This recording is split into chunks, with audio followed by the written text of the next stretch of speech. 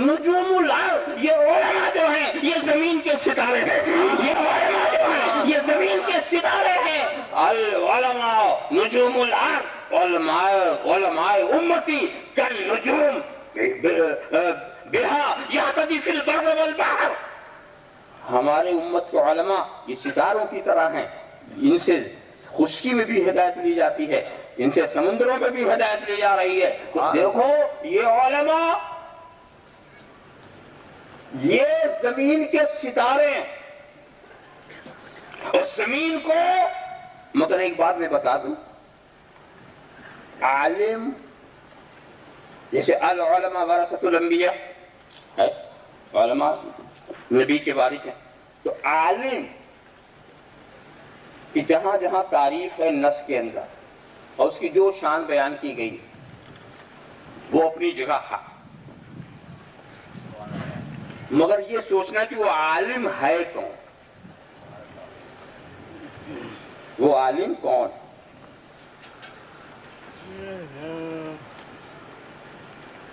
یہاں پر سمجھانے کے لیے میں تقسیم کرنا، ایک ہے حقیقی عالم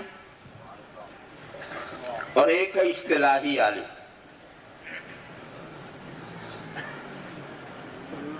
تو جو تعریفیں کی گئی ہیں وہ حقیقی عالم کی گئی ہیں، اصطلاحی عالم کی نہیں۔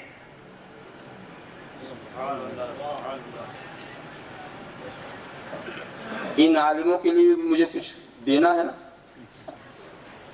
یہ جو علم کی سند ملی ہے نا یہ ہے اصطلاحی عالم۔ ہم نے ایک اصطلاح بنا لی ہے کہ اتنا اتنا ہم پڑھا دیں گے تو اس کو عالم کہیں گے، یہ ہماری اصطلاح ہے، یہ ہماری اصطلاحی عالم۔ تو یہ اصطلاحی عالم بنے تو اس سے یہ مت سمجھو کہ آج ہی سے یہ حقیقی عالم ہو گئے، اور یہ بھی ہے کہ آپ اپنے کو یہ نہ سمجھیں گے۔ ایک لفظ ہے، اتنا پڑھو گے تو ہم مولوی کہیں گے، اتنا پڑھ لو گے تو ہم عالم کہیں گے، اتنا پڑھ لو گے تو ہم فاضل کہیں گے، یہ پڑھو گے تو ہم پروفیسر کہیں گے، یہ پڑھو گے تو ہم ڈاکٹر کہیں گے، یہ پڑھو گے تو ہم انجینئر کہیں گے۔ تو یہ اصطلاح ہماری، تو ہمارے مدرسے اصطلاحی عالم بنا کے نکلتے ہیں اور حقیقی علم جو ہے اس کی کنجی دے دیتے ہیں۔ سبحان اللہ، سبحان اللہ۔ یہ سند جو ہے کنجی ہے، یہ مفتاح العلم، علم کی مفتاح۔ اب ہم نے کنجی دے دی، اب اس صحیح استعمال کریں گے تو حقیقی عالم بن جائیں گے۔ جب اس کنجی سے صحیح خزانہ دے دیا، خزانہ دے دیا، اب یہ کھولے ہی نا، خزانہ دے دیا، ہر علم و فن کو سمجھنے کی صلاحیت دے دی، اب اس میں چلو، غوطہ لگاؤ، دریا میں کود جاؤ، جتنا چاہو لو لو۔ اسی لیے آپ دیکھتے ہیں کہ عالم میں جو آپ کی نظر میں عالم فرق نظر آتا، سند جو ہے نا، میرے پاس ایک جہازی سائز کی سند اور اتنی ہی بڑی سند میرے استاد کے پاس بھی، اور اتنی ہی بڑی سند ان کے استاد کے پاس۔ سبحان اللہ، سبحان اللہ۔ تو سند میں تو ایسا لگتا ہے کہ ہم برابر کے، بلکہ ہو سکتا ہے کہ استاد کے پاس سند بھی نہ ہو، وہ خود مستند ہوتے تھے، ان کو سند کی ضرورت نہیں، اور ہماری سند ان کی سند سے بڑھ جاتا دو قامت میں۔ ارے لمبی سند ہم لکھوا لیں 1 کی، استاد کے پاس ہے 1 فٹ کی، تو قد و قامت میں ہماری سند تو بڑھ گئی، مگر اس سے کچھ نہیں ہوتا۔ سند سب کے پاس وہی، الفاظ وہی، تو ہوا کیا؟ ان کے استاد نے انہیں کنجی دے دی، انہوں نے ہمیں کنجی دے دی۔ ان کے استاد جو تھے حضرت صدر الشریعہ، انہوں نے ان کو کنجی دے دی۔ ان کے جو استاد محدث سوق تھے، انہوں نے ان کو کنجی دے دی۔ تو استاد کا کام اپنے شاگرد کو علم کی کنجی دے دینا، اب وہ جتنی محنت کرے گا اتنا بڑا ہوگا۔ اب محنت کا وقت آگے ہوا ہے، اب تم اس لائق ہوئے ہو کہ محنت کرو، اب اس لائق ہوئے ہو کہ پڑھو، اب اس لائق ہو اور نہیں کرو گے تو سند لے کے کچھ مطلب نہیں. سند لے کے فریم میں لگا کے گھر پہ لٹکا بھی دو گے کوئی فائدہ نہیں, اس سے کوئی فائدہ نہیں ہے. تو تم کو جو اساتذہ نے کنجی دی ہے اس کا احترام کرنا, اس کو احترام کرنا اور پھر عالم بنو, حقیقی عالم. حقیقی عالم جان لینے والا کو عالم کہتے ہیں. یہ لوگ بھی عالم ہے. ایک نصاب کو طے کر کے جسے عالم کہا جا رہا ہے اصطلاحی عالم ہے. حقیقی عالم کون؟ انما یخشی اللہ من عبادہ العلماء.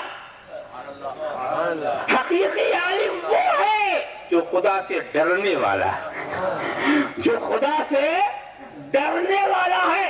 اب اگر کسی کو چھوٹا بڑا دیکھنا چاہتے ہو تو دیکھو کتنا ڈرتا ہے. جو کم ڈرتا ہے وہ چھوٹا عالم, جو زیادہ ڈرتا ہے وہ بڑا عالم. جیسا زیادہ ڈرے گا خشیت. کیوں؟ اس لیے کہ کسی چیز سے خوف کب پیدا ہوتا جب اس کی معرفت ہو. بغیر معرفت کے خوف نہیں پیدا ہوتا. چھوٹا بچہ سانپ پکڑتا, وہ نہیں جانتا کہ سانپ کا کام کیا. چھوٹا بچہ انگارے کی طرف ہاتھ بڑھاتا ہے, وہ نہیں جانتا کہ انگارے کا حال کیا ہے. تو جب علم ہوگا تبھی تو نا. چھوٹا ایک شیر آ گیا, چھوٹے بچے تماشا سمجھیں گے. شیر آ جائے تو چھوٹا بچہ پکڑ لے جائے گا, کیوں نہیں جانتا. اور آپ لوگ کیا کریں گے اگر شیر آ جائے؟ بات سنو گے, بیٹھو گے یہاں, یہ بھاگ رہے کیوں؟ یہ تمہارا علم تمہیں بھگا رہا کہ یہ بہت خطرناک چیز آ گئی ہے. کہ علم جو ہے جتنی معرفت ہوتی ہے اتنا ہی خوف ہوتا ہے, اتنا ہی خوف ہوتا ہے. جو سب سے زیادہ خدا کو جاننے والا ہے وہ سب سے زیادہ خدا سے ڈرنے والا ہے, وہ سب سے زیادہ خدا سے ڈرنے والا ہے. تو عالم وہ ہے جو خدا کی معرفت رکھے, جو خدا کو پہچانے, اور جتنا زیادہ پہچانے اتنا ہی بڑا عالم. جو خدا سے ڈرے وہ عالم ہے. سند رکھنے والا عالم نہیں ہے, کسی مدرسے سے پلٹ آنے والا عالم نہیں ہے. سنو, اگر تمہارے دل میں خدا کا ڈر ہے, خدا کا خوف ہے, تو یہ تمہارے عالم ہونے کی دلیل ہے, معرفت کی دلیل ہے. تم کسی مدرسے میں پڑھو یا نہ پڑھو, مگر اگر خوف ہے تو عالم ہو, اگر خوف ہے تو عالم ہو. حضرت ابو الحسن قرقانی کسی بھی ادارے میں نہیں گئے مگر عالم. حضرت عبدالعزیز دباغ کسی مدرسے میں نہیں گئے مگر ایسے عالم تھے کہ محدثین کو جب کسی حدیث رسول ہونے میں شک ہوتا تھا تو حضرت عبدالعزیز دباغ سے آ کے پوچھتے تھے, آ کر پوچھتے تھے, حالانکہ جانتے تھے کہ انہوں نے کتاب کو الٹا بھی نہیں, کتاب کو الٹا بھی نہیں, مگر آ کے پوچھتے تھے. آپ سوچیں گے یہ بڑی مشکل کی بات ہے, جس نے کبھی کتاب کھولی نہ ہو وہ کیا بتائے گا. مگر نہیں, وہ محدثین جانتے تھے کہ ہمارے پاس ہم جو حدیث آئی ہے اس کو اصحاب روایت نے بھیجا ہے, راویوں کے ذریعے ہمارے پاس آئی ہے. اور یہ تو وہ ہے کہ سرکار ہی سے پوچھ لیں گے, یہ تو وہ ہے کہ سرکار ہی سے پوچھ لیں گے. یہ حضوری والے ہیں, یہ سرکار سے کہیں گے سرکار آپ ہی بتا دو کہ یہ آپ کا کلام ہے کہ نہیں, آپ ہی بتا دو. حضرت ابو الحسن خرقانی کا تو مزاج ہی تھا, لوگ آ کے پوچھتے تھے آپ کو کہ حضور یہ رسول کی حدیث ہے, تو کبھی کہتے نہیں ایسا رسول نے نہیں فرمایا, نہیں فرمایا. اور کبھی کہا حضور یہ رسول کی حدیث ہے, کہا ہاں سرکار نے اس کو فرمایا. اب لوگ ہیں نا, جب معلوم کیا گیا کہ حضرت آپ بتاتے کیسے, کہا میری نظر تو ہر وقت سرکار کے چہرے پر ہوتی ہے. جب تم حدیث پڑھتے ہو میں چہرے کو دیکھتا ہوں کہ سرکار ناگوار فرما رہے, بس پہلے تو یہ سرکار کا کلام ہے. اور جب حدیث پڑھتے ہو ان کے چہرے پہ خوشگواری دیکھتا ہوں, پہلے تو یہ حضور کا کلام, یہ حضور کا کلام. یعنی ایسا لطیف ان کا ذوق ہو جاتا ہے, کیونکہ گھر کے بچے بھی حدیث میں لذت محسوس کرتے ہیں. تو میں ہی کہہ رہا ہوں کہ اصل عالم وہ ہے جو خدا سے ڈرنے والے.